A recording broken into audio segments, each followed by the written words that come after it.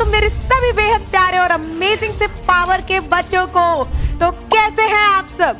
उम्मीद करती हूँ बहुत अच्छे से होंगे। और मैं यहाँ पर आपकी दोस्त, आपकी गुरु, आपकी टीचर, जो भी आपको मानना है, आपके सामने फिर से एक बार हाजिर है one shot video of ecosystem लेके। आई जस्ट होप कि आप सभी ने अभी तक जितने भी आपको चैप्टर्स मिले हैं, specially principles of inheritance variation, molecular basis of inheritance और सेक्सुअल रिप्रोडक्शन का बहुत अच्छे से रिवीजन कर लिया होगा आपके अपने वन शॉट, आपके अपने चैनल पे। जिन्होंने वो वीडियोस नहीं देखे हैं भाई, सबसे पहले तो वो वीडियोस जाके देखो। क्यों? क्योंकि वो चैप्टर्स बहुत बहुत बहुत बहुत बहुत इंपॉर्टेंट है बच्चों। फिर चाहे आप अपना बोर्ड्स दो या फिर अपनी नीट की तैयारी करो, कुछ भी कर रहे हो, वो 3 चैप्टर्स क्लास 12th के सबसे ज्यादा इंपॉर्टेंट है भाई। फटाफट से जाके सबसे पहले तो उन वीडियोस को देखो। उसके बाद इकोसिस्टम बेटा हमारे इकोलॉजी का सेकंड चैप्टर है। अपन ऑर्गेनिज्म एंड पॉपुलेशन का भी बेटा वन शॉट कंप्लीट कर चुके हैं। तो जिन्होंने वो भी अभी तक नहीं देखा है, किसी के ख्यालों में गुम थे, मैम टाइम ही नहीं मिला देखने का, तो भाई सबसे पहले जाओ वो वीडियो देखो। आपको आपके चैनल पे वो वीडियो भी इजीली अवेलेबल है। अब बात करते हैं भाई आज के सेशन की, यानी कि इकोसिस्टम की। ये चैप्टर बेटा बहुत स्कोरिंग चैप्टर है। ज्यादातर बच्चे इकोलॉजी से भागते हैं, सोचते हैं कि मैम कितना याद करें, मैम ये याद, इससे अच्छा जेनेटिक्स पढ़ लेते हैं, मैम इससे अच्छा तो मॉलिक्यूलर बेसिस कर लेते हैं। अच्छी बात है, बहुत अच्छी बात है, क्योंकि वहां पर ज्यादातर समझने का है। अगर आपने वन शॉट्स देखे होंगे तो आपको पता होगा कि कितने ज्यादा उसमें कॉन्सेप्ट्स हैं। हाउएवर, ये जो चैप्टर है आपका इकोसिस्टम बेटा, ये समझने के साथ साथ अगर आपने इस चैप्टर को अच्छे से पढ़ लिया, सिर्फ और सिर्फ अपनी एनसीईआरटी से कर लिया, तो भाई मैं गारंटी कर रही हूं इस चैप्टर से अगर कल को एग्जाम में 3 या 4 सवाल आ गए तो वो सारे तुम्हारे अपने होंगे। 16 नंबर तुम्हारी जेब में आ जाएंगे, क्योंकि इस चैप्टर से बेटा बहुत direct, simple, line to line questions आता है और ऐसे चैप्टर बन जाते हैं बहुत स्कोरिंग। तो इजी है, स्कोरिंग है, इसीलिए इस चैप्टर को हमें इग्नोर बिल्कुल नहीं करना है। प्लीज इस बात का ध्यान देंगे सभी बच्चे। डोंट इग्नोर सच चैप्टर्स जो कि आसान है और स्कोरिंग है, सिर्फ ये सोच के कि अरे कितना रटेंगे। नहीं, रटना एक तो है ही नहीं। अगर ये आप वन शॉट लगा लोगे तो पहली बात, आपके जो रटने की जो जद्दोजहद है ना, वो तो भाई देखो आज मैं यहां पर खत्म कर दूंगी। पर आप लोगों से मेरी हम्बल रिक्वेस्ट है कि अगर इस लेक्चर को शुरू से देखना शुरू करते हो तो आखिरी तक भाई पूरा देखना। बहुत ही क्रिस्प कम समय में मैं आपको आज ये लेक्चर बेटा यहां पर करवाने वाली हूं। तो बस प्लीज सारे बच्चे just pay attention over here, study along with me. और चलो भाई शुरू करते हैं इसी के साथ हमारा आज का सफर, chapter one shot video of ecosystem. तो क्लास 12th का ऑलमोस्ट भाई हमारा सिलेबस यहां पर बेटा कंप्लीट होने जा रहा है। हमने मेजर चैप्टर्स कंप्लीट कर लिए हैं, इकोसिस्टम, इसके बाद बस एक और which is biodiversity and conservation. तो भाई ज्यादा नहीं बचा है, फटाफट से आओ पढ़ते हैं और अपने वन शॉट के सफर को कंप्लीट करते हैं। अब हम इस चैप्टर में करेंगे क्या क्या, मैम है क्या क्या इस चैप्टर में? तो इंट्रोडक्शन तो भाई हर चैप्टर का होता ही है शुरू में, तो ये तो अपन को बताने या बोलने की जरूरत नहीं है। इसके बाद बेटा इस चैप्टर में हम स्टडी करेंगे इकोसिस्टम बना किस चीज का है और आखिरकार इकोसिस्टम काम कैसे करता है, यानी structure and function of ecosystem. Functions बेटा 4 होते हैं मेनली। प्रोडक्टिविटी के बारे में हम पढ़ेंगे, हम बेटा डिकॉम्पोजिशन के बारे में पढ़ेंगे, एनर्जी फ्लो के बारे में पढ़ेंगे, एंड न्यूट्रिएंट साइकिल जो एक्चुअली सिलेबस से हटा दिया है। तो मैं एक बहुत अमेजिंग सी बात भी बताने जा रही हूँ। एनटीए ने जो 2 साल पहले आपका सिलेबस अपडेट किया था, उसमें इकोसिस्टम के कुछ इंपॉर्टेंट टॉपिक्स जैसे कि इकोलॉजिकल सक्सेशन, न्यूट्रिएंट साइकिल जैसे टॉपिक्स को बेटा सिलेबस से हटा दिया था। तो बस हमें वो टॉपिक्स नहीं करने हैं जिसकी वजह से इस चैप्टर की जो लेंथ है वो बहुत शॉर्ट हो गई है। पहले सवाल सक्सेशन पे बहुत पूछा जाता था, प्राइमरी सक्सेशन, सेकेंडरी सक्सेशन, उनके एग्जाम्पल्स, ये वो फलाना ढिमकाना। अब क्योंकि वो पार्ट हट ही चुका है हमारे सिलेबस से, तो अब हमें उन पार्ट्स की टेंशन लेने की जरूरत नहीं है। और अब जितना भी इस चैप्टर में बचा है बेटा, वो बहुत ही आसान से बिल्कुल बेसिक बेसिक टॉपिक्स बचे हुए हैं। तो भाई प्लीज ध्यान से पढ़ो। और फिर मैं कहूंगी ये चैप्टर आपके लिए बहुत बहुत बहुत स्कोरिंग है, आसान है, तो इग्नोर नहीं करने का। अगर इस चैप्टर से 4 सवाल भी फंस गए तो 16 नंबर फिर मैं कह रही हूं तुम्हारी ही जेब में रहेंगे। 16 नंबर तो यार रैंक बना देती है, राइट? तो प्लीज ऐसे चैप्टर्स कभी भी टॉपर्स इग्नोर नहीं करते, है ना? और मुझे पता है तुम सारे के सारे टॉपर्स हो, और टॉपर होने की वजह से आप किसी भी चीज को मिस नहीं कर सकते। इनफैक्ट जो आपको लगता है ना कि बाकी बच्चे मिस कर जाएंगे, वो तो तुम बिल्कुल मत मिस करना, ताकि तुम्हारा जो डिफरेंस है ना एक मीडियोकर से और टॉपर से, वो तुम्हारा सेट हो जाए। और जब भाई अगर आप यहाँ पे लेक्चर देख रहे हो तो आप सभी मेरी नजरों में टॉपर हो। और अगर आप टॉपर हो तो फिर कहूंगी आप लोग किसी भी कॉन्सेप्ट को, किसी भी टॉपिक को किसी भी तरह से छोड़ के मत जाना, राइट? क्योंकि नहीं पता कल को कहां से कैसा सवाल आ जाएगा। अब अगर हमने सब कुछ अच्छे से पढ़ रखा होगा, समझ रखा होगा, समय दे दे के चीजें कर रखी होंगी, तो भाई सवाल कहीं से भी आए, एनटीए कहीं से भी पेपर बना दो, बोर्ड्स वाले कहीं से भी पेपर सेट कर दो, हम तैयार हैं। हम मैदान में अपने सारे हथियार लेकर उतरे हैं। ऐसा नहीं है कि बंदूक तो ले आए लेकिन उसमें सिर्फ 6 ही गोलियां हैं और बाकी बुलेट तो घर में भूल आए। अब 6 बार तो तुम्हें गोली धक धक धक धक चलेगी, और बाकी फिर क्या करोगे? क्या घर भाग के जाओगे, वापस से लेके आओगे, या मैदान में जाने में 100 बुलेट अपनी जेब में एक्स्ट्रा लेके चलोगे, ताकि जरूरत पड़ने पे आपको वापस घर छोड़ के घर भागना ना पड़े, मैदान ना छोड़ना पड़े। तो भाई देखो, लड़ाई लड़ने उतर चुके हो, नीट की तैयारी कर रहे हो या बोर्ड्स की तैयारी कर रहे हो, तो तैयारी पूरी होनी चाहिए जीत की। ऐसा ना हो आधे अधूरे से ही मैदान को छोड़ के भागना पड़े। अपनी सारी की सारे इक्विपमेंट्स, औजार अपने साथ तैयार रखो। तो चलो भाई शुरू करते हैं अपने एक इक्विपमेंट की तैयारी, यानी चैप्टर इकोसिस्टम की हम बात यहां पर बेटा शुरू करते हैं, राइट? तो सबसे पहले हम यहां पर बेटा इंट्रोडक्शन से शुरू करेंगे। चलो भाई, इंट्रोडक्शन क्या कहता है, इकोसिस्टम की डेफिनेशन क्या है? तो अगर आप लोगों ने बेटा मेरा चैप्टर ऑर्गेनिज्म एंड पॉपुलेशन का बच्चे अगर आपने वन शॉट देखा होगा तो याद होगा आपको कि जब हम बेसिक स्ट्रक्चर स्टडी कर रहे थे इकोलॉजी का, तो वहां पर हमने बेसिक यूनिट इंडिविजुअल देखा। इंडिविजुअल क्या बनाता है? पॉपुलेशन। पॉपुलेशन क्या बनाती है? पॉपुलेशन क्या बनाती थी बेटा? पॉपुलेशन बनाती है कम्युनिटी, और कम्युनिटी आपस में इंटरैक्ट करके बनाती है इकोसिस्टम।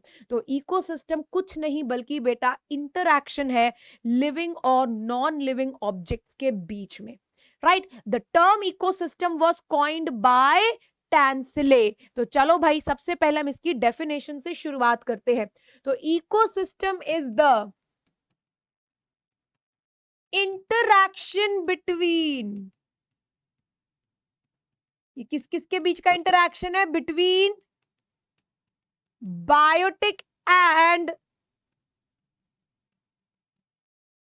Abiotic component. ये जो टर्म इकोसिस्टम है इसके बारे में सबसे पहले कॉइन किया था साइंटिस्ट टैंसले ने, राइट? अब अपने बात करते हैं हमारे पास कितने प्रकार के इकोसिस्टम है। So when we talk about बेटा टाइप्स ऑफ इकोसिस्टम, तो सबसे पहले अगर मैं on the basis of location बात करूं तो भाई देखो, लोकेशन के बेसिस पर अपने पास बेसिकली बेटा दो टाइप के इकोसिस्टम हो सकते हैं। सबसे पहले हमारे पास है एक्वेटिक इकोसिस्टम और दूसरा है टेरेस्ट्रियल इकोसिस्टम। एक्वेटिक मतलब वो इकोसिस्टम जो कि पानी में है, जैसे कि river ecosystem, pond ecosystem, ocean ecosystem etcetera. तो इकोसिस्टम इन वाटर, तो इन वाटर वाले इकोसिस्टम को हम एक्वेटिक कहेंगे, जिसमें आपके पास एग्जांपल्स आएगा जैसे कि रिवर इकोसिस्टम हो गया बेटा, पॉन्ड इकोसिस्टम हो गया, ओशन इकोसिस्टम हो गया एक्सेट्रा। समझना बिल्कुल मुश्किल नहीं है, बहुत आसान है।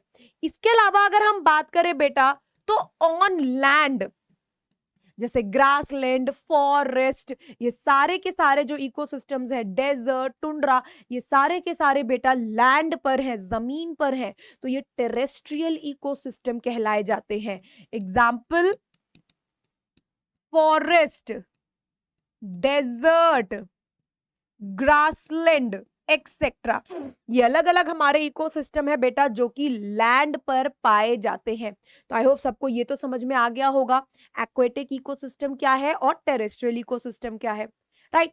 इसके अलावा बेटा हम और दो कैटेगरी इकोसिस्टम की बना सकते हैं on the basis of human involvement, कि इकोसिस्टम को चलाने के लिए, रन करने के लिए हम इंसानों की क्या जरूरत है या नहीं है। तो depending upon the human intervention, कि इंसानों की क्या जरूरत है, इकोसिस्टम फिर से दो टाइप के हो सकते हैं।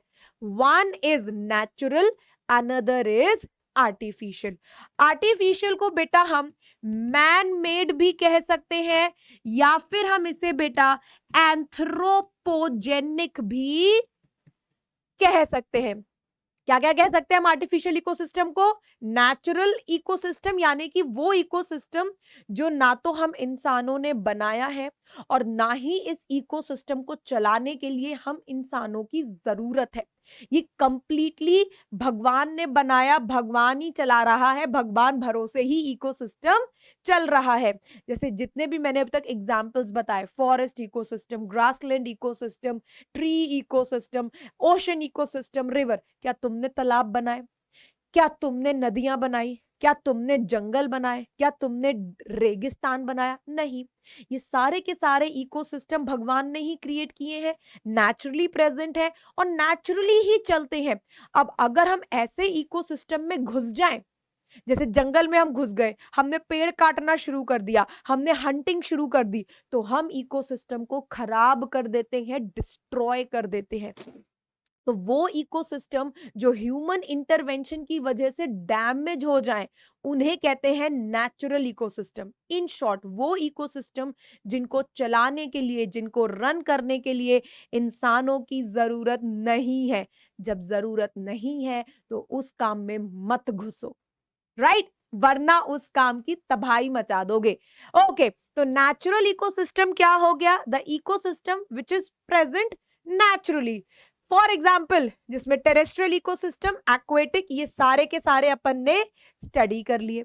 On the opposite hand, contrary to natural ecosystem बेटा अपने पास है आर्टिफिशियल इकोसिस्टम, यानी कि मैन मेड, यानी कि एंथ्रोपोजेनिक। ये वो इकोसिस्टम है जो हमने अपनी सहूलियत से बनाए हैं, अपने हिसाब से बनाए हैं और अपनी जरूरत के लिए बनाए हैं। जैसे कि एग्रीकल्चरल फील्ड, जैसे कि घर में रखा छोटा सा एक्वेरियम। अब आप अपने घर में अपनी मर्जी से एक्वेरियम लाते हो, अपनी मर्जी से उस एक्वेरियम की सफाई करते हो, उसमें खाना डालते हो, उसमें कौन सी मछली कितनी रखनी है तुम ही तो डिसाइड करते हो। यानी वो इकोसिस्टम जिसको रन करना तुम्हारी जिम्मेदारी है, कि कितनी स्पीशीज रखनी है, किस स्पीशीज के कितने मेंबर्स रखने हैं।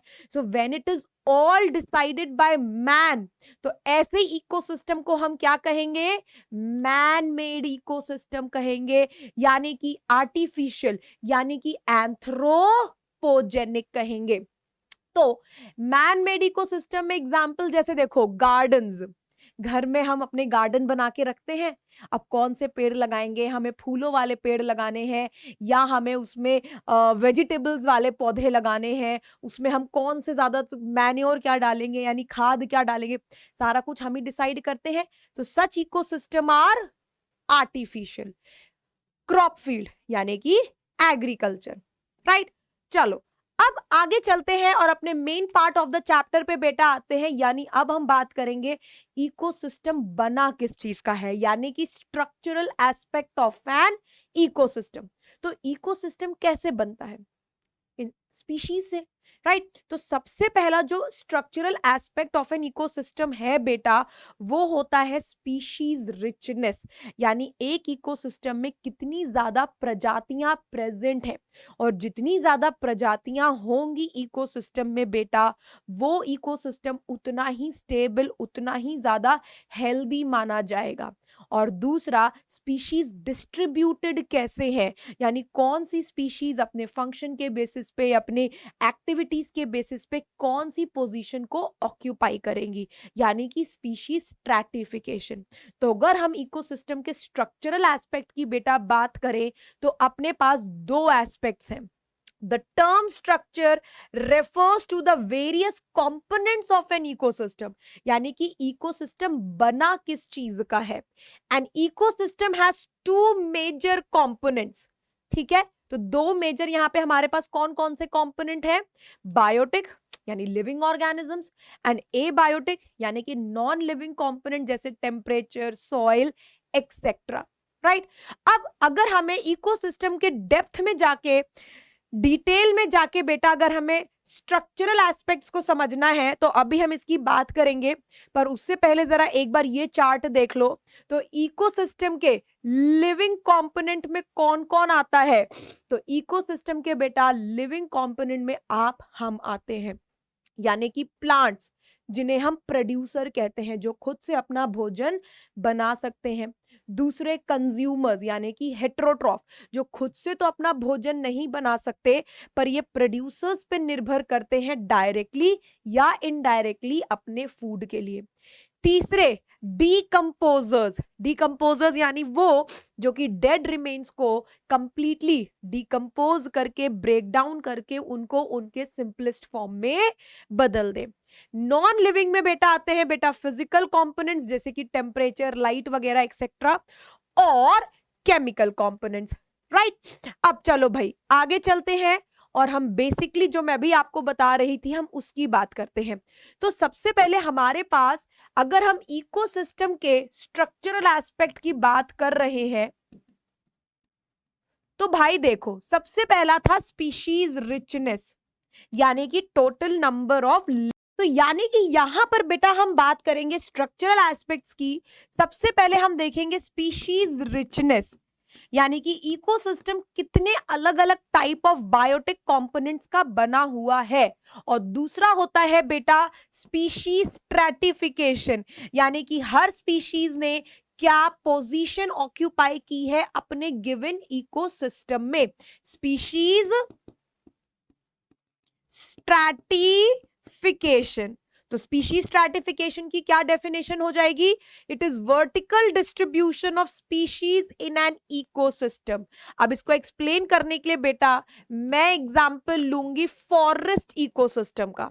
तो फॉरेस्ट इकोसिस्टम में सबसे लोअर लेवल पे आपको क्या मिलता है, सबसे लोएस्ट जो लेवल पे ऑर्गेनिजम्स होते हैं वो कौन से होते हैं, वो होते हैं बेटा आपके हर्ब्स, फॉलोड बाय श्रब्स, और सबसे टॉप मोस्ट लेवल को ऑक्यूपाई करते हैं ट्रीज। तो ये अलग अलग प्रजातियां हैं और ये अलग अलग प्रजातियां क्या बनाती हैं, हमारा इकोसिस्टम बनाती हैं। पर हर प्रजाति का अपने साइज के बेसिस पे अपना एक फंक्शन डिसाइडेड होता है, जिसकी वजह से वो इकोसिस्टम में एक स्पेसिफिक पोजीशन को ऑक्यूपाई करते हैं, और उसी ऑक्यूपेशन को बोलते हैं बेटा स्पीशीज स्ट्रैटिफिकेशन। आई होप सबको ये चीज समझ में आ चुकी होगी। Very good. अब ये तो हो गया बेटा स्ट्रक्चरल एस्पेक्ट कि भाई स्पीशीज रिचनेस और स्पीशीज स्ट्रैटिफिकेशन।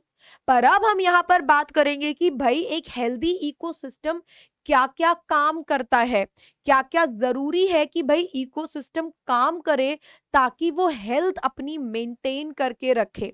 तो मेरे बच्चों, इकोसिस्टम को अगर हेल्दी रहना है तो it has to perform 4 important functions. चारों मैंने आपको फंक्शंस टॉपिक्स में बता दिए, कौन कौन से हैं।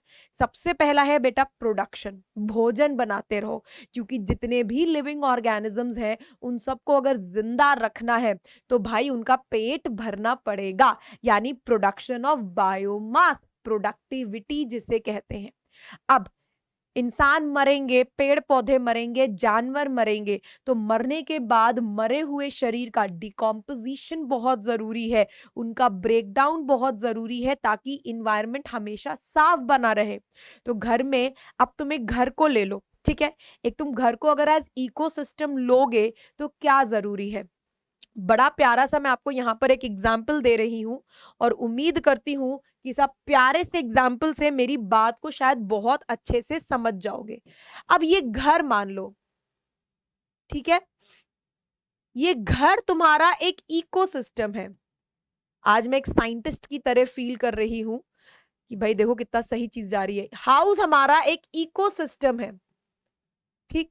अब इकोसिस्टम को बनाने के लिए क्या चाहिए, इकोसिस्टम को बनाने के लिए चाहिए स्पीशीज रिचनेस। तो घर में रहने वाले जो मेंबर्स हैं वो हमारे इकोसिस्टम का स्ट्रक्चर बना रहे हैं। यानी कि घर में कौन कौन रह रहा है, मम्मी, पापा, बड़ा बेटा यानी सन और छोटी बेटी। तो ये चारों मिलके क्या बना रहे हैं, ये बेटा बना रहे हैं एक घर का स्पीशीज रिचनेस। अब हर किसी ने अपने हिसाब से अपने लेवल को ऑक्यूपाई कर रखा होगा। यानी अगर मैं इनका वर्टिकल डिस्ट्रीब्यूशन करूं तो पापा ने टॉप मोस्ट पोजीशन ऑक्यूपाई की होगी। क्यों भाई, क्योंकि वो बाहर जाके कमा के लाते हैं। उसी लेवल पे मम्मी होगी। क्यों भाई, क्योंकि मम्मी जो है, जो पापा कमा के लाते हैं पैसा, उसकी मदद से मम्मी घर में खाना बनाती हैं और सबको डिस्ट्रीब्यूट करती हैं। फिर अगले लेवल पे आते होंगे दोनों बच्चे, बेटा और बेटी, जिनका काम है घर में खुशनुमा माहौल बना के रखना, हंसते खेलते रहना, पढ़ाई लिखाई की बातें करना, एक्सेट्रा। तो ये जो हमारा घर रूपी इकोसिस्टम है, इसके दो स्ट्रक्चरल एस्पेक्ट्स क्या है, एक तो स्पीशीज रिचनेस यानी 4 लोग, मम्मी पापा भाई बहन, और दूसरा क्या है, उनका division on the basis of their function. तो सबसे पहले मान लो मैंने ऊपर पापा को रख दिया, फिर मम्मी, फिर बड़ा भाई, फिर छोटी बहन। तो depending upon their function, their role, हमने घर के यानी इकोसिस्टम में हर स्पीशीज का डिस्ट्रीब्यूशन कर दिया, वर्टिकल स्ट्रैटिफिकेशन कर दिया। इतनी बात समझ में आ गई। अब अगर इस घर को यानी इकोसिस्टम को अगर बेटा मुझे हेल्दी रखना है तो मुझे सबसे पहले क्या जरूरी है कि भाई समय समय पर सबको भोजन देते रहो। तो यहां पर मम्मी बन जाती है प्रोडक्शन के लिए रिस्पॉन्सिबल, क्योंकि मम्मी का काम है ना कि किचन में जाके रोटी पकाना, खाना बनाना, यस और नो। तो मम्मी सबसे पहले फंक्शन की जिम्मेदारी लेती है कि भाई वो समय समय पे भोजन बनाएंगी और बाकी सभी मेंबर्स को फीड करेंगी। यानी मम्मी हमारी मान लो हो गई प्रोड्यूसर, और बाकी जितनी भी हमारी स्पीशीज है जो कि मम्मी पे डिपेंड कर रही है for the source of food, वो क्या बन गए, वो बन गए हमारे कंज्यूमर। ठीक है, दूसरा फंक्शन है भाई डिकॉम्पोजिशन। डिकॉम्पोजिशन का मतलब है कि अब मान लो भाई घर है, थोड़ी बहुत साफ सफाई कम थी तो घर में चूहे हो गए।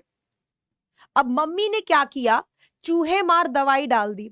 अब चूहे मर तो गए दवाई खा के, पर मरने के बाद अगर उनका डिकॉम्पोजिशन नहीं हुआ तो घर में गंदी सड़ान आती रहती है, बदबू आती रहती है। तो मम्मी क्या करती हैं, लेके चूहे जितने मरे पड़े होते हैं उनको ले लेके बाहर फेंक आती हैं। राइट, फेंकने का मतलब क्या है कि मम्मी ने उनको घर से, इकोसिस्टम से अलविदा कर दिया। उनका अब बाहर जाके वो डिकम्पोज होंगे और वो धीरे धीरे डिग्रेड होके बिल्कुल ही ब्रेक डाउन कर जाएंगे। तो घर की साफ सफाई यानी इकोसिस्टम को बेटा हेल्दी रखने के लिए क्या जरूरी है कि डेड रिमेन्स को हम रिमूव करें यानी डिकम्पोजिशन कराएं। तीसरा इंपॉर्टेंट फंक्शन है एनर्जी फ्लो का। यानी कि भाई देखो, अब मम्मी ने खाना बना दिया, अब मम्मी खुद ही बनाओ खुद ही खा के बैठ जाएं और बाकी लोगों को ना दें तो कैसे काम चलेगा। तो एनर्जी फ्लो बहुत जरूरी है, यानी जो बना रहा है खाना, अगर वो खाने को अपने तक ही सीमित रखेगा और आगे फ्लो नहीं करवाएगा तो भी तो घर हेल्दी वे में नहीं चलेगा। वैसे ही इकोसिस्टम में भी बेटा, अब अगर प्रोड्यूसर्स ने खाना बनाया और अगर उस खाने को किसी ने दूसरे ने कंज्यूम नहीं किया, अगर कंज्यूमर्स प्रोड्यूसर को फीड नहीं करेंगे तो एनर्जी का फ्लो कैसे होगा और कैसे फूड एक लेवल से दूसरे लेवल पे ट्रांसफर होगा। तो एनर्जी फ्लो भी बहुत जरूरी है और इसी के साथ साथ न्यूट्रिएंट का भी फ्लो होता रहेगा। न्यूट्रिएंट यानी कि पैसा, मान लो इसके रिस्पेक्ट में अब पापा बाहर से पैसा कमा के लाए, राइट, अब पापा ने मम्मी को सारे के सारे पैसे दे दिए। अब मम्मी वही पैसे से दुनियादारी में जाएंगी, सामान खरीदेंगी, फिर वो पैसा किसी और के हाथ में जाएगा, फिर वो पैसा किसी और के हाथ में जाएगा। इन शॉर्ट सर्कुलेशन होता रहता है मनी का, यानी कि न्यूट्रिएंट का, ताकि सारा का सारा इकोसिस्टम स्टेबली काम करता रहे, राइट। तो इकोसिस्टम हम बिल्कुल अपने घर से समझ सकते हैं। घर को हेल्दी वे में रन करने के लिए 4 चीजों की बेटा जरूरत है। एक तो प्रोडक्शन की, ताकि मम्मी खाना बनाती रहे। दूसरा, मरे हुए जानवरों को घर से हटाने की, यानी साफ सफाई करने की जरूरत है, डिकॉम्पोजिशन। तीसरा, अब मम्मी जो खाना बनाए वो सिर्फ खुद ही ना खा के बैठ जाए, आगे भी भाई फ्लो कराए, यानी कि एनर्जी फ्लो। और चौथा, न्यूट्रिएंट साइकिल की। यस और नो? चलो इसी बात पे हम शुरू करते हैं हमारा सबसे पहला इकोसिस्टम का फंक्शन बेटा, विच इज प्रोडक्टिविटी। प्रोडक्टिविटी क्या है बेटा? The rate of biomass produce. Biomass मतलब भोजन। जो हमारे ग्रीन प्लांट्स हैं, जो हमारे प्रोड्यूसर्स हैं, वो कितना भोजन बनाते हैं फोटोसिंथेसिस करके, per unit area, per unit time. एक समय में रह के पर्टिकुलर एरिया को ऑक्यूपाई करके प्लांट्स फोटोसिंथेसिस करके कितना भोजन बनाते हैं, the rate of production is known as productivity. ठीक है, तो जब प्रोड्यूसर्स प्राइमरी ऑर्गेनिजम्स हैं, फर्स्ट ऑर्गेनिजम्स हैं, जो पहली बार बेटा फूड बनाएंगे, तो उन्हें हम बोलते हैं प्राइमरी प्रोडक्शन। तो सबसे पहले हमारे पास डेफिनेशन क्या है? टॉपिक सबसे पहले हमारे पास क्या है? प्रोडक्टिविटी का। सबसे पहले टॉपिक क्या है भाई हमारा? प्रोडक्टिविटी का, राइट। और इसमें सबसे पहले हमारे पास क्या आया? प्राइमरी प्रोडक्शन, यानी the total amount of food biomass produced by plants during photosynthesis in a given area. एक पर्टिकुलर एरिया में पेड़ पौधे मिलके फोटोसिंथेसिस करके कितना भोजन बना रहे हैं, उसे बेटा कहते हैं प्राइमरी प्रोडक्शन। ठीक, अब हम भोजन को कैसे मेजर करेंगे? मास में, यानी वजन में। यस और नो? अब इसी में अगर हम टाइम स्पेसिफाई कर दें, तो यूनिट अगर हम बात करें प्राइमरी बेटा प्रोडक्शन की मेजर्ड इन मास, तो यूनिट्स की अगर हम बात करें तो it will B gram per metre square. Energy में अगर हम बात करें it will be kilo calorie per metre square. वहीं अगर हम टाइम स्पेसिफाई कर दे कि भाई इतने समय में रह के इतना भोजन बनाया पेड़ पौधों ने, तो वो बन जाता है बेटा हमारा प्राइमरी प्रोडक्टिविटी, यानी it is the rate of primary production. तो देखो यूनिट्स में क्या फर्क पड़ेगा? अगर हम वेट यानी मास में अगर यूनिट देते हैं तो it is gram per metre square per unit time, यानी एक साल में कितना भोजन बनाया गया है। इसके अलावा अगर बेटा मुझे एनर्जी में यूनिट स्पेसिफाई करनी है तो it will be kilo calorie per metre square per unit time. Time यानी कि पर ईयर, एक साल में कितना भोजन बनाया। अब ये जो बेटा भोजन बना रहे हैं, क्या ये अपने तक सीमित रखते हैं? अब मम्मी ने कितना भोजन बनाया, क्या मम्मी वो फूड अपने तक रखती है? नहीं, मम्मी डिस्ट्रीब्यूट कर देती हैं to the other members of the family. यानी जो भोजन बना है वो सिर्फ मम्मी के लिए नहीं बना है, वो सारे मेंबर्स, इकोसिस्टम के सारे मेंबर्स के लिए बेटा बना है। तो ये जो बायोमास प्लांट्स ने बनाया है ये आगे via predation next organism present at next trophic level पे ट्रांसफर हो जाएगा। तो आगे भाई चलो अब थोड़ी सी एनसीईआरटी से भाई हम रीडिंग कर लेते हैं, बहुत जरूरी है इस चैप्टर के लिए बच्चे एनसीईआरटी। तो सारे बच्चे यहाँ पर फोकस करेंगे। तो देखो सबसे पहले तो भाई कहता है कि जो प्रोडक्टिविटी है यानी कि जो प्रोडक्शन है वो किस पे निर्भर करेगा, पौधों पे। जितने ज्यादा पौधे होंगे उतना फोटोसिंथेसिस करेंगे। अब पौधों को भी फोटोसिंथेसिस करने के लिए सनलाइट चाहिए, बेसिक रिक्वायरमेंट है। तो अब हम सबसे पहला पॉइंट एनसीईआरटी क्या लिखती है, that constant input of solar energy is the prime requirement for any ecosystem to function and sustain। क्यों भाई? क्योंकि जब तक धूप नहीं निकलेगी, जब तक सूरज देवता नहीं होंगे, तब तक प्लांट फोटोसिंथेसिस नहीं करेंगे, तब तक भोजन नहीं बनेगा। और अगर भोजन नहीं बनेगा तो आगे की कहानी कैसे रन करेगी, right?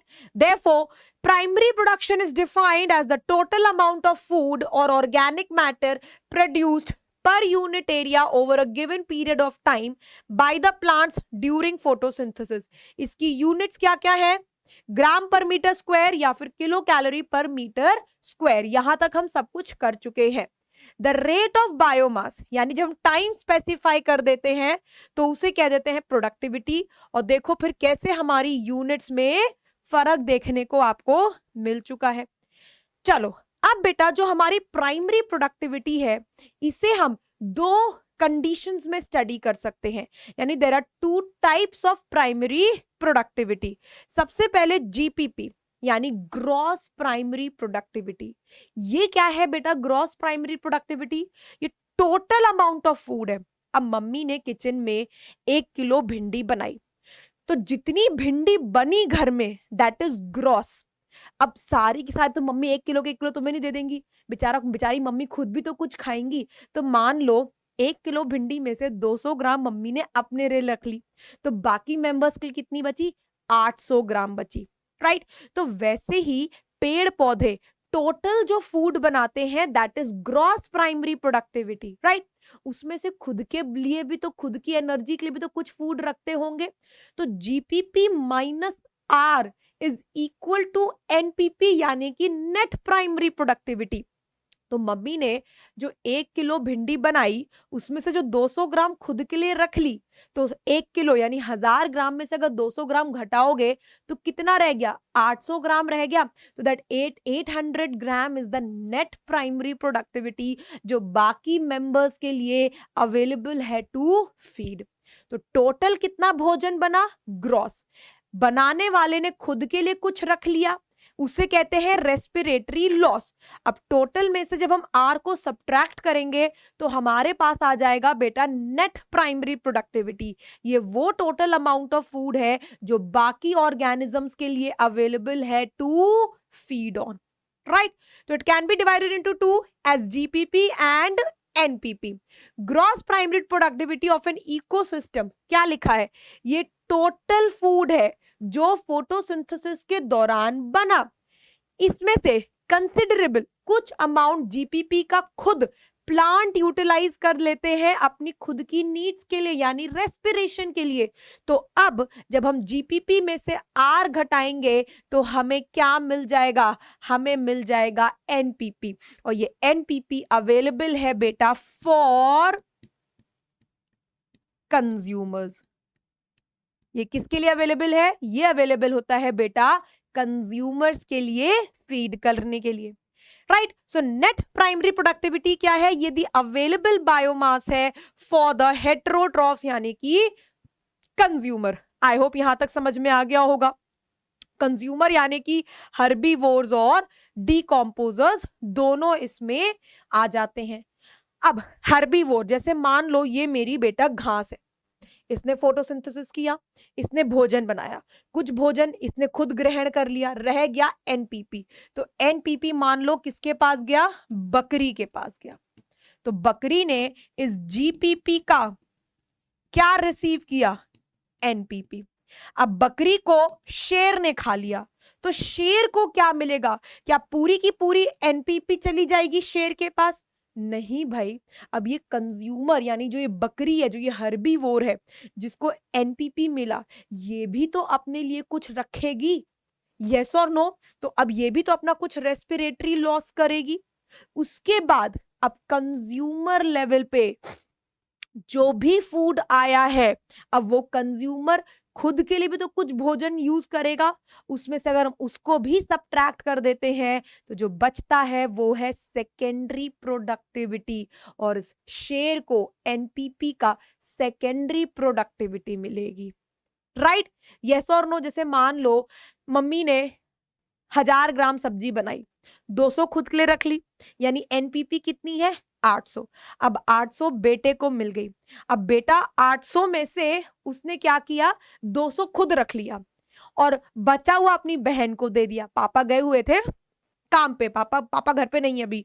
तो अब भाई को क्या मिला? भाई हो गया प्राइमरी कंज्यूमर, जिसको मम्मी ने दी 800 ग्राम भिंडी। अब भाई को लगा यार बहन में तो मेरी भूखी बैठी है, चलो इसको भी कुछ खाना दे देते हैं, तो उसने 200 फिर खुद रख लिया। अब 800 में से 200 और घटा दो, क्या रह गया? 600। अब 600 ग्राम भिंडी मिल गई बहन को, तो बहन हो गई सेकेंडरी कंज्यूमर और उसको मिलता है secondary productivity. Yes or no? Got my point, everyone? Very good.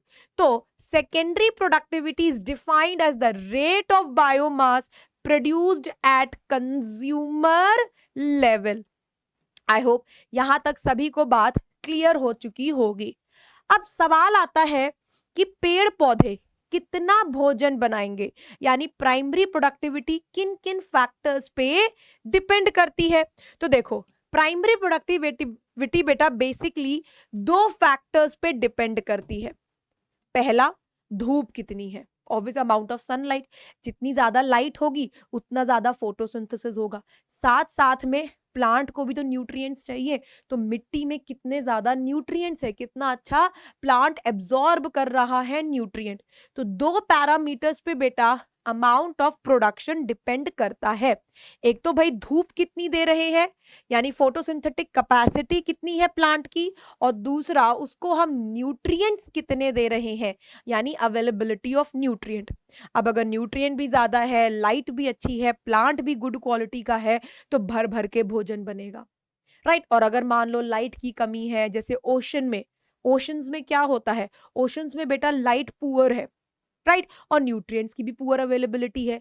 तो क्योंकि दोनों ही चीजें पुअर हैं, तो नो मैटर, ओशन हमारे अर्थ का 3/4 हिस्सा ऑक्यूपाई करते हैं, पर अगर हम प्रोडक्शन की बात करें तो वो मुश्किल से 30% प्रोडक्शन में ही कंट्रीब्यूट करते हैं। देखो क्या लिखा हुआ है, therefore it varies in different types of ecosystem. The annual productivity, अगर हम पूरे के पूरे इकोसिस्टम, पूरा टेरेस्ट्रियल और एक्वेटिक मिला के बात करें, तो टोटल नेट प्राइमरी प्रोडक्टिविटी सालाना तकरीबन 170 बिलियन टन होती है। ड्राई वेट है ये, राइट, जिसमें हम वाटर को इंक्लूड नहीं कर रहे, मतलब मॉइस्चर को इंक्लूड नहीं कर रहे। तो इट्स नियरली 170 बिलियन टन, जिसमें से देखा गया है कि 70% लैंड एरिया तो ओशन के पास है, पर उनका कंट्रीब्यूशन मात्र 55 बिलियन टन्स है, and remaining all 115 billion turns is coming from the land. तो लैंड का एरिया कम है, पर क्योंकि कम लैंड पे भी ज्यादा लाइट है, ज्यादा न्यूट्रिएंट है, तो वहां पर प्लांट्स बहुत अच्छे से फोटोसिंथेसिस कर रहे हैं और बहुत ज्यादा क्वांटिटी में भोजन बना रहे हैं। इररिस्पेक्टिव ओशन, जो कि टोटल अर्थ का 3/4 हिस्सा ऑक्यूपाई कर रहे हैं, पर वही बात हो गई कि भाई पुअर अवेलेबिलिटी ऑफ लाइट है, पुअर अवेलेबिलिटी ऑफ न्यूट्रिएंट है, तो भाई वो अच्छे से फोटोसिंथेसिस नहीं कर पाते हैं, जिसकी वजह से टोटल प्रोडक्शन में से मात्र वो 55 बिलियन टन ही कंट्रीब्यूट कर पाते हैं।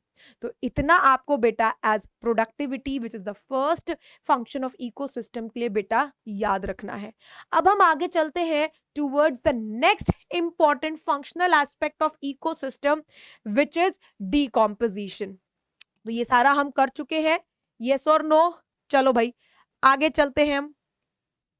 ओके, तो अब हम आते हैं हमारे अगले टॉपिक की तरफ बेटा, जो कि है डीकॉम्पोजिशन। Let's start. तो बेटा अब हम शुरू करने जा रहे हैं हमारा next function of ecosystem which is decomposition. Decomposition से बेटा आप क्या समझते हो? बहुत ही आसान सी बात है भाई।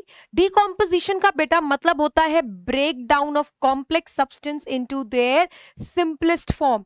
अब जैसे कोई डेड ऑर्गेनिज्म है, हम पैदा होते हैं, हम मरते हैं, हमारा बहुत सिंपल सा बेटा मैकेनिज्म होता है। अब मरने के बाद हमारे शरीर का क्या होता है? कहते हैं ना आत्मा तो निकल जाती है, पर बाकी जो शरीर है उसका क्या होगा? तो बेसिकली जो हमारी डेड बॉडीज होती हैं, बी इट ऑफ प्लांट्स और बी इट ऑफ एनिमल्स, ये बेटा डिकम्पोज हो जाती हैं। डिकम्पोज यानी कि ये बिल्कुल ही सिंपलेस्ट फॉर्म में ब्रेक डाउन कर जाएंगी, और जो भी हमारे सिंपलेस्ट इनऑर्गेनिक एलिमेंट्स होंगे, इन शॉर्ट मिनरल्स, रिलीज हो जाते हैं। तो डिकम्पोजिशन से हम क्या समझते हैं? डिकॉम्पोजिशन का बेटा सिंपल मतलब होता है complete breakdown of complex organic into simple inorganic form. अब जिस सब्सटेंस का, जिस डेड बॉडीज का हम डिकॉम्पोजिशन करते हैं बेटा, सबस्ट्रेट फॉर डिकॉम्पोजिशन को कहते हैं डेट्राइटस। डेट्राइटस यानी कि यहां पर हम इंक्लूड करेंगे all dead plants and animals. तो डेट्राइटस का मतलब क्या है? Dead plants and animals, right? जिनके डिकॉम्पोजिशन को करने के लिए हमारे पास बेसिकली बेटा 5 स्टेप होते हैं, और इनको करने के लिए कुछ हमें कंडीशंस की जरूरत लगती है।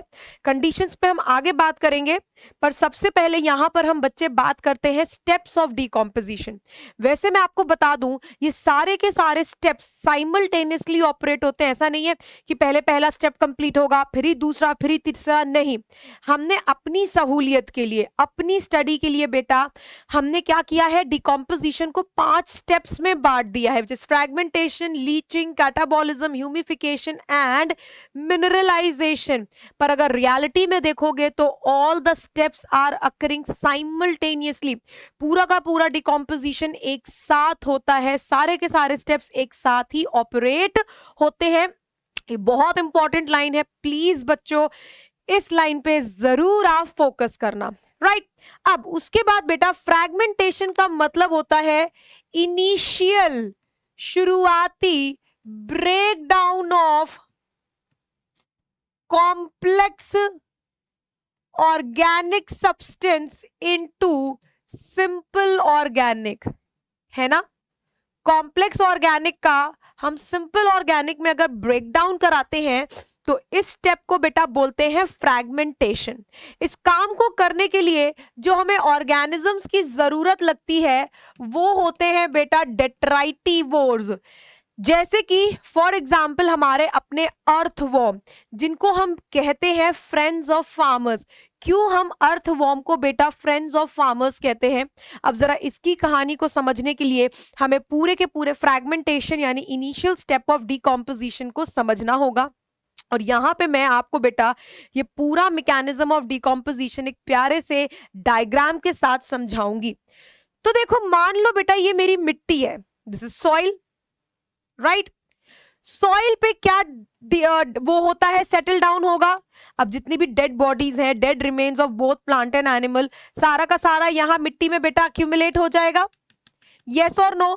एक्यूमुलेट होने के बाद ये जो भी dead remains of both plant and animal है, इसे हम क्या कहेंगे? इसे बेटा हम कहते हैं डेट्राइटस। क्या कहते हैं? डेट्राइटस कहते हैं। तो डेट्राइटस का मतलब क्या है?